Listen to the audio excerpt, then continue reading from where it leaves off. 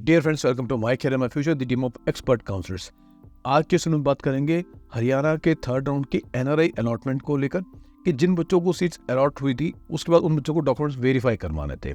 कितने बच्चों के डॉक्यूमेंट सक्सेसफुली वेरीफाई हो पाए इसके बारे में बात करेंगे, और जिन बच्चों के डॉक्यूमेंट वेरीफाई नहीं हो पाए क्या उनके लिए फोर्थ राउंड में कोई ऑप्शन है कि नहीं, इसके बारे में बात करेंगे। आइए सबसे पहले बात करते हैं गवर्नमेंट मेडिकल कॉलेज की सीट्स को लेकर। यहाँ पर चिंता बहुत ज़्यादा है क्योंकि गवर्नमेंट मेडिकल कॉलेज हर बच्चा चाहता है, और लेकिन रिजेक्शन की वजह से बहुत सारे बच्चे जिनके प्राइवेट मेडिकल कॉलेज में जिनको सीट अलॉट हुई है उनको गवर्नमेंट मेडिकल कॉलेज मिल सकता था, जिनके प्राइवेट मेडिकल कॉलेज में सक्सेसफुल डॉक्यूमेंट्स वेरीफाई हुए। तो देखते हैं शहीद हसन खान मेवाती मेडिकल कॉलेज, जहां पर 3 सीट्स थी, तीनों की तीनों अलॉटमेंट हुई एनआरआई कैटेगरी में, लेकिन सिर्फ 2 बच्चों के डॉक्यूमेंट्स वेरीफाई हो पाए। तो यहाँ पर एक सीट का बहुत बड़ा नुकसान दूसरे बच्चों के लिए जो प्राइवेट मेडिकल कॉलेज में गए। इसके बाद Shri Atal Bihari Vajpayee government medical college Faridabad, यहाँ पर 2 सीट्स थी, दोनों सीट्स जो अलॉट हुई थी उनमें से दोनों में से किसी बच्चे के डॉक्यूमेंट वेरीफाई नहीं हो पाए। यहाँ पर भी बहुत बड़ी 2 सीट्स का गवर्नमेंट मेडिकल कॉलेज का नुकसान।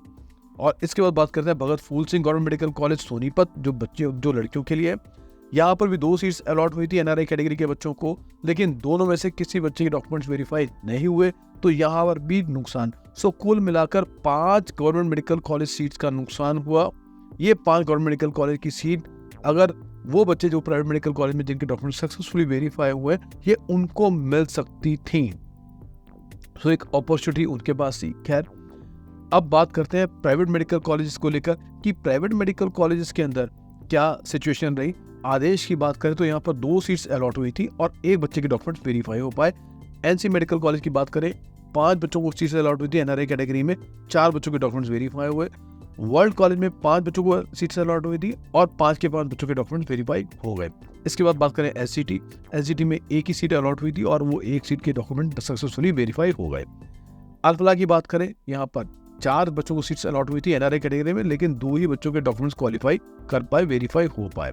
और लास्ट में महर्षि मार्कंडेश्वर, जहां पर 13 बच्चों को एनआरआई सीट्स मिली थी लेकिन सिर्फ 9 बच्चों के डॉक्यूमेंट्स वेरीफाई हुए। कुल मिला के गवर्नमेंट और प्राइवेट की 37 सीट्स थी एनआरआई कैटेगरी में जो अलॉट हुई थी थर्ड राउंड के अंदर, उसमें से 24 बच्चों के डॉक्यूमेंट्स वेरीफाई हो पाए और 13 seats including 5 government medical college की सीट जो है जहां पर डॉक्यूमेंट वेरीफाई नहीं हो पाए। यहाँ पर बहुत इंपॉर्टेंट पॉइंट है जो मैं बार बार बच्चों को कहता हूँ जिनके डॉक्यूमेंट्स रिजेक्ट हुए, कि आप जब काउंसलिंग में जा रहे हैं, जब आप 1 करोड़ रुपए से ऊपर की फीस यहाँ पर खर्च करते हैं इन कॉलेजेस की, तो आप कुछ पैसे देके एक अच्छा काउंसलर भी हायर करें, ताकि आपको इस तरह के क्रूशियल राउंड्स के अंदर, थर्ड राउंड जो कि बहुत क्रूशियल राउंड था, यहाँ पर आपके डॉक्यूमेंट्स वेरीफाई ना होने की वजह से रिजेक्शन नहीं होना चाहिए, क्योंकि बहुत ही ज्यादा क्रूशियल राउंड था ये। इसके बाद समझ लीजिए जो आपकी जो सिलेक्शन के चांसेस हैं बहुत ज्यादा कम हो जाते हैं। अब बात करते हैं लास्ट 4th राउंड की बात करते हैं। यहाँ पर जो एमसीसी की वैकेंसी आई है उसको देखते हुए लगता है कि 4th राउंड के अंदर स्टेट्स भी अपने यहाँ पर एनआरआई के लिए 4th राउंड के लिए अलाउ करेंगे, उनको मौका देंगे। कुल मिलाकर वो बच्चे जिनका अभी तक सिलेक्शन नहीं हुआ या जिनको अभी तक ज्वाइनिंग जिन्होंने नहीं की है, उनको एक लास्ट अपॉर्चुनिटी 4th राउंड में मिल सकती है। चैनल से जुड़े रहिए और बेल आइकन को प्रेस कीजिए ताकि आने वाले हर वीडियो का नोटिफिकेशन आप तक पहुंच जाए। एनआरआईज में अगर आप कोई सपोर्ट, कोई हेल्प चाहते हैं तो उसके लिए आप एमसीएमएफ के जो नीचे नंबर्स आ रहे हैं उस पर आप हमें कांटेक्ट कर सकते हैं। Thank you very much for watching this video. Stay connected.